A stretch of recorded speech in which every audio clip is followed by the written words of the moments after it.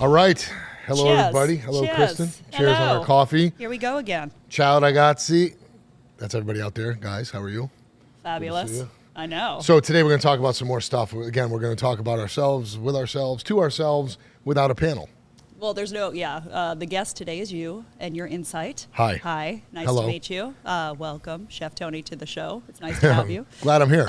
Glad I could make it. Glad I you was could fucking make busy it. today. We set aside time. So you are busy. You're busy all the time. So Always. that takes us right into today's topic. Sure. So we're going to talk about kind of the cost of becoming a chef and what chefs can really expect, because it's not all glory and fame. So where do you want to start with the cost of becoming a chef? Is it something you see more of? What do you like? Well, first is the terminology of the word chef. We've already discussed that before in previous episodes, but we are in season 3.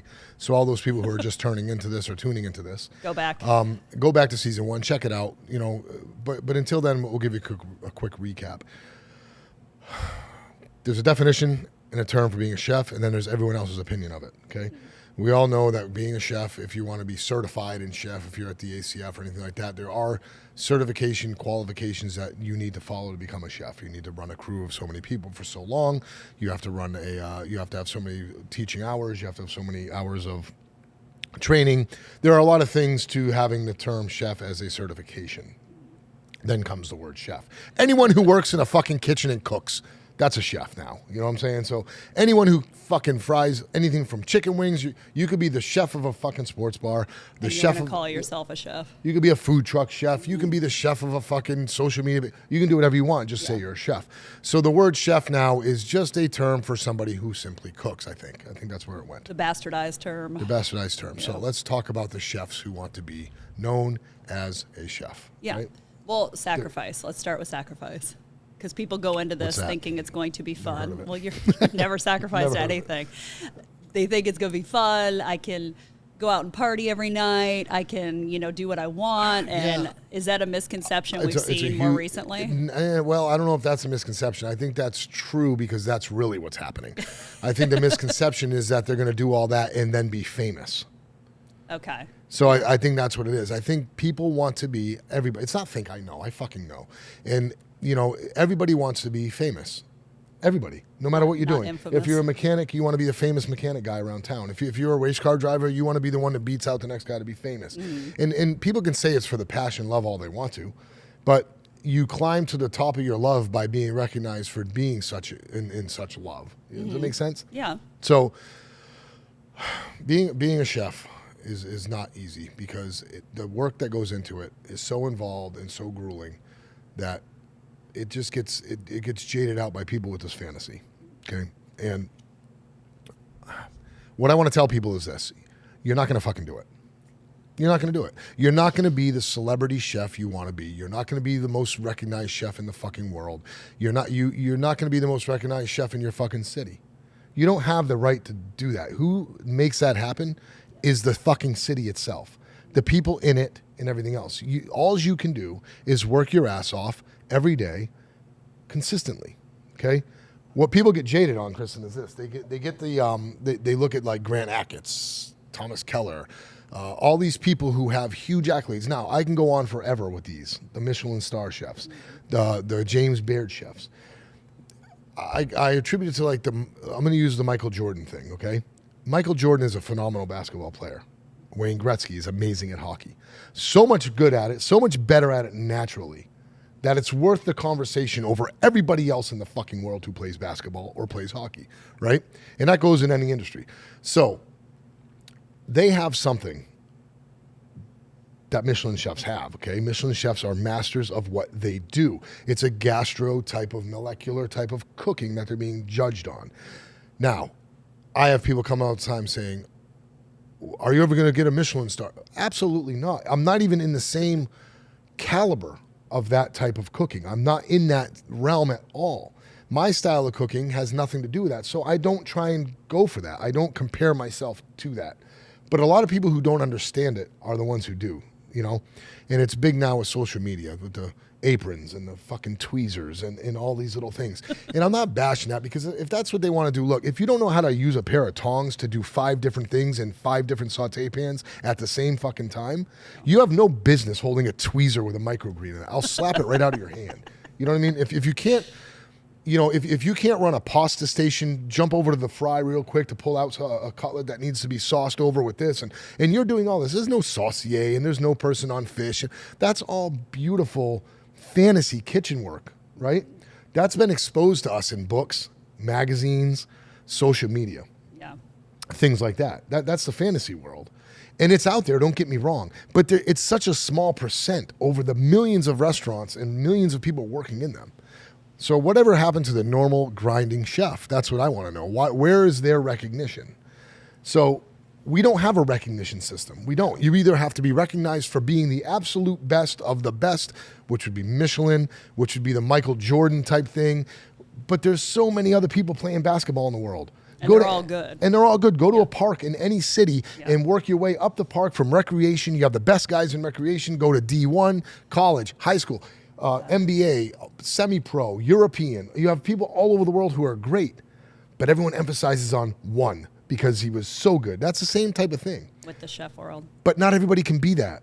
Just go to work and shut the fuck up, man. Go to work, look at these people, read their books. It doesn't mean you're going to emulate their life. You're not gonna. It's very hard to make a paycheck, make a living, and also convince somebody that you're so good that they're going to open up a $2 million restaurant for you so you can go use your tweezers. For you. It's not going to happen, man. I can't say it's not going to happen, but the percentage of it happening are lightning strikes. Well, it's the same as your kid. Like, everybody thinks their kid's going to be the next pro whatever sport player. Like, oh, my kid's so good, my kid does. No, they're really not. They're fairly average, but the people who stand out because they are that exceptional at it, or they just have like that je ne sais quoi, like they have that thing, like whatever it is, they have a thing. And I think a lot of people have been spoiled by seeing the television shows, seeing these people make money, which technically they really didn't make money off of in the beginning. So all of that has kind of been newer, I guess, to the industry, because we really didn't have, I mean, when we were growing up, we didn't have any shows like that, like travel shows. So it's changed a lot. I've seen it change. I think that just creates a little bit of the misconception. Yeah, and what it is like you said, not everybody's going to get recognition. Not every chef is going to get famous or newsworthy or going to get recognized with awards. There's not really a lot of award systems. And here's the other problem here, folks. Let me explain this to you. Every city has an award or a contest type system. Something. Everything, every city. Yeah. But a lot of cities, especially ours here, they all don't take it serious. Yeah. They don't take it serious. So if you have a thing where you can call in and vote, let's say the best of your city. Every city has it, the best of. A lot of chefs don't take it seriously, or they think it's a joke because it could be rigged, it could be that, it could be this. But the way I look at it is, if you're not willing to take on that challenge, you don't deserve the upper contests or the upper awards that could be coming to you. You don't deserve it. It doesn't work that way. You know what I'm saying? If you're not going to accept the fact that somebody won the best of because the city voted, well, they voted. Whether you like it or not, everybody had a category, and there's 7 people in that category, so you had 7 chances to get voted for, and you got voted on it, and you won. So it doesn't matter what the award system, whether it's by the people, or by a panel, or by a judging committee, or by a secret shopper, it doesn't matter. You still have to win. Something. And if you're not willing to participate in the competitions at your local level, the lowest level, how are you going to hold yourself up to being celebrated or recognized at the highest level? You can't. You have to work your way up through each incremental level of competition. Whether it's a call-in vote from fucking 27 people or a blind tasting, it doesn't matter. You know what I mean? You have to be willing to understand that the people out there have the right to speak for you. And if you don't want to partake in it, then don't talk about no fucking Michelin stars and everything else. You don't even know what you're talking about. You know what I mean? We talked about this kind of in season 1, where you said as a chef, like you're winning every night with the people who come through the door. Correct. Because it's actual physical response. People are actually taking time out of their day to drive and see you and sit down and eat and support you. And it's different than online popularity, because online popularity doesn't mean shit. You're not making any money off of those people unless you have some kind of good to sell them. So you have to be the butts and seats. And you're not getting a real loyal commitment either. No, it's fly. You're sitting on a toilet. You're sitting on the airplane. You're doing whatever you're doing. You hit like, you move on. You hit like, you move on. You hit like, you move on. It's very easy to sit on the floor in your house while your kids are playing fucking, playing games and shit, and for you to just like something. And if 1 million people like something, that doesn't mean 100 of them are coming to give you $1. No. You know what I mean? It doesn't mean anything. If they don't walk through your doors. That is for any chef, regardless of awards. You can win all the awards in the world, but if you don't have people coming in your restaurant, what good are you?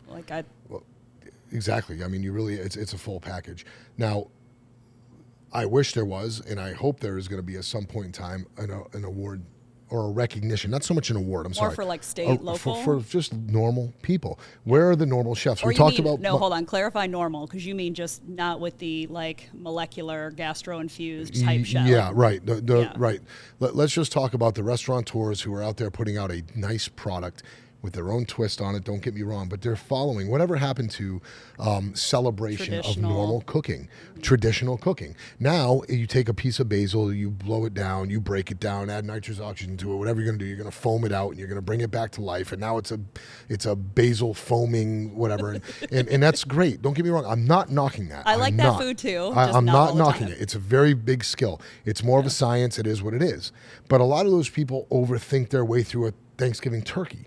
See what I'm saying? It's just a different type of thing. And I'm not good at it. So what about all the millions of people who are turning out? I'm talking about country clubs, hunt rooms, small little places, mom and pop joints, who are turning out amazing food, who aren't getting recognized, but they are putting out food that should be recognized, and it is basically on Yelp and stuff. Yeah. But, where's the award system for that? If you're not into all this stuff to get recognized by James Beard, if your city's not good enough to get recognized by one of these things, if Michelin doesn't consider your city good enough to fucking be recognized, you're not even going to be on the map. Yeah. But you could be the best chef in the fucking world, but because you live here, we're not going to pay attention to you. What happened to them? Where are we left? You see what I'm saying? We are only left at local. So you got to take advantage of local situations and the local people walking through your doors. I think most of the local most of them know about it. It's just going out of your way to do it, because some people get locked in, like in the kitchen, where they're not looking at expanding their brand outside of it. So you have to kind of hunt for those opportunities too. Nobody's going to come and give you those opportunities. So if you're a chef, actually go out and actively look at where you can get recognition from. And remember this, if you're a chef and you're creative and you have a good following behind you, don't get lost in that. There's a lot more to it. There's a lot more to it. If you're going to open up and you're going to leave where you're at to go open up your own restaurant, your own thing, and you want to be recognized, and don't forget your mentors. Yeah. Don't forget who brought you there. There's one thing that people ask me all the time, and that's like, how do you know when someone's ready? It's very easy for me to know when a chef is ready to conquer the next level, the next level of commitment. And that's simply go on his fucking social media page. Go on their personal profile and see what they talk about. And you'll know if they're ready. If they're talking about all the great things they're doing, how good they do this, and their passion for cooking, and they started here and now they're fucking here. And if they did all that and still didn't mention the restaurant they're working in or the chef they're working under, they are not ready. You are not ready. You are full of shit, and you're fooling yourself, because you honestly think in your mind you're doing all this on your own. Yeah. You're forgetting the foundation that your house is built on. And that's how I know right there and then. So if you go in there, and that probably relates to any industry, I'd imagine. That probably goes everywhere, right? Yeah. But that's what I do. I look right on their social media and see how they talk about them, how they talk about themselves. And I can tell if I have an applicant come in and they're going to be a sous chef or they're going to work under me or something like that, I just go right to their social media page and I just watch it. I don't tell them. I'm never telling them. I watch all of them. Shopper. I'm never telling you what I see. I just see if I feel you're ready to move on or not, if you're going to be my competition in the next year or two or not. And most of the time they're not, because they're not ready to accept the fact that they didn't get here alone and someone else is helping them, and they have a mentor and they have someone else's style. You didn't create your style. If you worked in a place for 5 years and your plating looks the same and the food looks the same and you're just rubbing off, dude. You don't have that. You got to understand. Now, you go on that same social media page and they say, I have to give all my respect to this. My mentor taught me this. I'm so proud. I can't wait to move on. I'm ready to move on by myself. I'm so thankful for all I've learned here. Now you're talking. Now you're ready. Yeah. Now you're going to get support from me because you're right. You can't be with me forever. You can't take my style forever, and you're going to create your own style and your own palette, and you're going to move on. And we know it's an incestuous, tight-knit business, so Sure. You don't want to burn your bridges by doing those kind of things. Exactly. So when somebody says they're going to move on and they've learned, and they give no credit to where they just came from for the last 3 or 4 years, that's a red flag for me, because I can still look back and tell you all the people who influenced me, and I've always said it the whole time. But it took me until I was almost 30, in my early 40s to admit it. It's part of growth. With part age of comes aging. wisdom. Right, yeah. Like fine wine. I think that, yeah, and you are going to have to sacrifice. So Like a the moth bottom to the line flame. of, this discussion was Burns kind of with like, desire. oh my God. The You know what that Janet Jackson? I'm That's the way love goes. This is when things go off the rails, when we got to end it. We just got to end it. But yeah, I think so. Any last words on, sacrifice and just keep grinding to get that recognition? Yes. Here's the thing, man. For anyone who's stuck with it this long, just pay attention to this. You're not going to move to the next level until you realize that you have to sacrifice. You have to sacrifice your old way. You're going to leave something to gain. You're not going to be able to gain and keep everything you have. Sorry, this industry, this world typically doesn't allow that. You're going to have to sacrifice, whether it be your free time, your family sometimes. Everything comes with a sacrifice. So if you want to advance in the culinary world and move up by opening another restaurant or growing another kitchen or spreading yourself into another part of the industry, any chance or any growth you make or any move you make, you're going to have to leave something. As you succeed in a kitchen or in the restaurant industry, typically it comes monetary. Your succeeding comes, you succeed by seeing your monetary value and your growth. With that comes a new vision. And the way you used to look at life when you were working is different than now. You're creating jobs for other people. You see different avenues. You don't see the same. You could be married for a multiple amount of years, and when this happens, it's happening to you and not us. So sometimes you split there, and there's a lot of things that go on where you don't see life the same way you did 10 years ago when you first got married, and now you're starting to see a whole different vision of what's out there, and that person ain't along on the same road, right?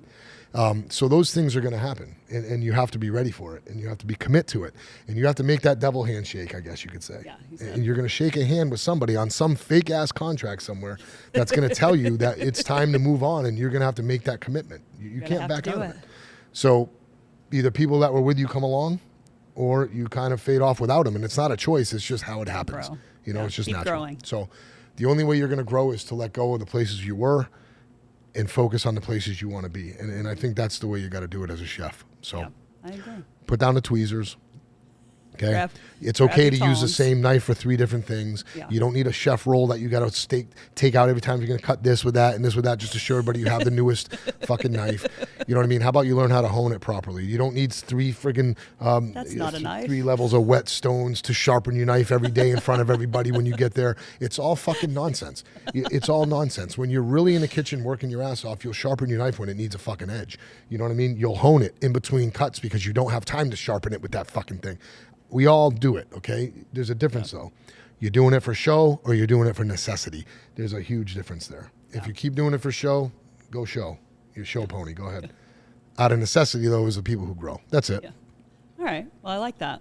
Good to the point discussion today. Yeah. I like it. You feel better? Large and small. You ready? I'm ready. I've been ready. You're pumped up today. All right. I'm ready to go. Yeah. All right. Well, there we go. So, go on. If you have any comments, drop them below. Like, subscribe, share, and support everyone in the industry. And we appreciate you guys being with us today. Smash them buttons, like buttons, help us out. Smash, don't pass. Smash, don't pass.